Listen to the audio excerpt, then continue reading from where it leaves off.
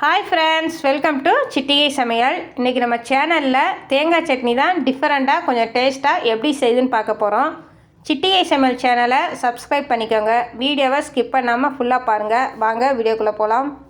சட்னி பண்ணுறதுக்கு திருவண்ண தேங்காய் அரைமொரி, பொட்டுக்கடலை ஒரு கைப்பிடி அளவு, காஞ்ச மிளகா 5 எடுத்திருக்கேன். நல்லா காரமாக இருந்தால் தான் சட்னி நல்லா டேஸ்ட்டாக இருக்கும். நீங்கள் கூட 2 கூட சேர்த்துக்கலாம்.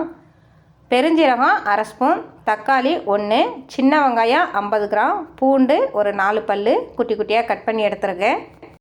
பூண்டு, சின்ன வெங்காயம் இந்த 2ஐயும் தவிர மற்ற எல்லாத்தையும் மிக்சி ஜாரில் மாற்றி தேவைக்கு கல்லுப்பு சேர்த்து கொரன்னு அரைச்சி எடுத்துடலாம். அரைச்சி எடுத்ததை இப்போ தாளிசம் பண்ணிடலாம். அடுப்பை ஆன் பண்ணி கடாயை வச்சு 2 ஸ்பூன் செக்கு நல்லெண்ணெய் விட்டுருக்கேன். எண்ணெய் சூடாயிருச்சு. அரை ஸ்பூன் கடுகு,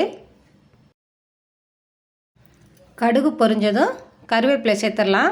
கருவேப்பிலை பொரிஞ்சிருச்சு.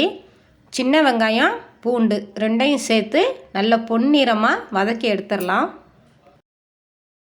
10 நிமிஷம் நல்லா வதக்கிடலாம். சின்ன வெங்காயம் நல்ல ப்ரௌன் நிறத்தில் வந்தால் தான் சட்னி நல்லா டேஸ்ட்டாக இருக்கும்.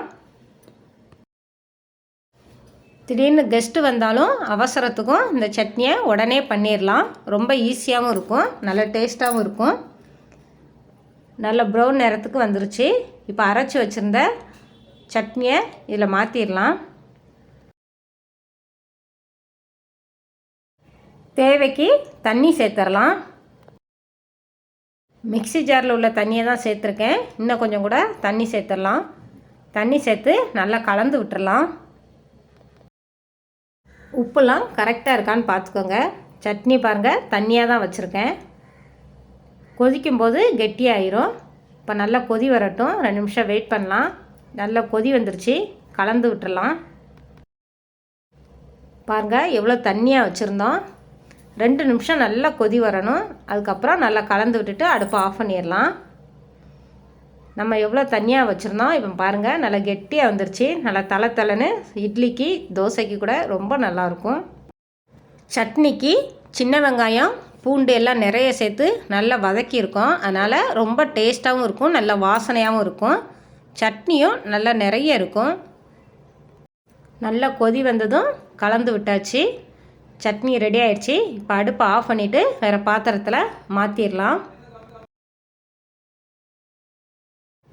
5 நிமிஷத்தில் டக்குன்னு பண்ணிடலாம். ஓகே, இதோட இந்த வீடியோ முடியுது. உங்களுக்கெல்லாம் பிடிக்கும்னு நினைக்கிறேன். பிடிச்சிருந்தா உங்கள் ஃப்ரெண்ட்ஸ் எல்லாருக்கும் ஷேர் பண்ணுங்கள். லைக் பண்ணுங்கள், ஷேர் பண்ணுங்கள். சிட்டிகை சமையல் சேனலுக்கு சப்ஸ்கிரைப் பண்ணுங்கள். மறக்காமல் பெல் பட்டனை கிளிக் பண்ணுங்கள். இன்னொரு ரெசிபியோட அடுத்த வீடியோவில் பார்க்கலாம்.